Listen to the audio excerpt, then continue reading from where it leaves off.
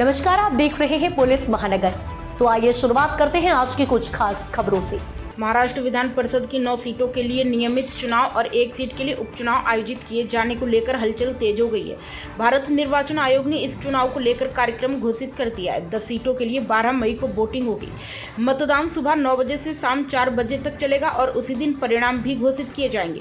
प्रज्ञा शातव के बीजेपी में शामिल होने के बाद उनकी सीट खाली हुई है, जिसके लिए उपचुनाव भी 12 मई को ही होगा।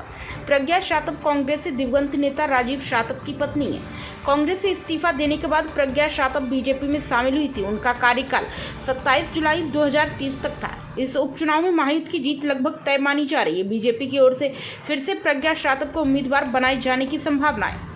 10 सीटों के चुनाव में 9 सीटों के लिए अलग मतदान और 1 सीट के लिए अलग प्रक्रिया अपनाई जाएगी। 9 सीटों के लिए 29 वोटों का कोटा तय किया गया है, जबकि प्रज्ञा शातव की सीट के लिए 144 वोटों का कोटा निर्धारित है।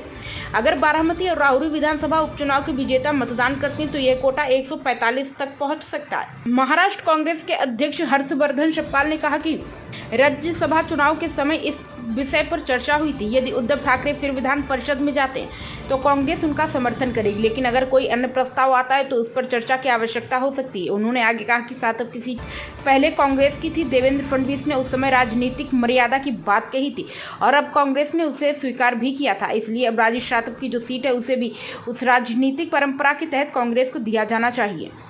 किन किन सदस्यों का कार्यकाल हो रहा समाप्त? उद्धव ठाकरे शिवसेना उद्धव गुट, नीलम गोऱ्हे शिवसेना, शशिकांत शिंदे एनसीपी शरद पवार गुट, अमोल मिटकरी एनसीपी अजित पवार गुट, Gopichand Padalkar BJP, Ranjit Singh Mohite Patil BJP, Rajesh Rathore Congress, Pravin Datke BJP, Ramesh Karad BJP. चुनाव का कार्यक्रम अधिसूचना जारी। 23 अप्रैल 2026 नामांकन की अंतिम तिथि 23 अप्रैल 2026।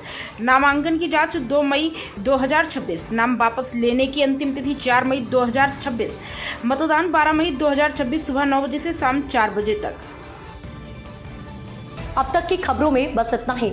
ऐसे ही खबरों के लिए बने रहें हमारे साथ। तब तक के लिए नमस्कार।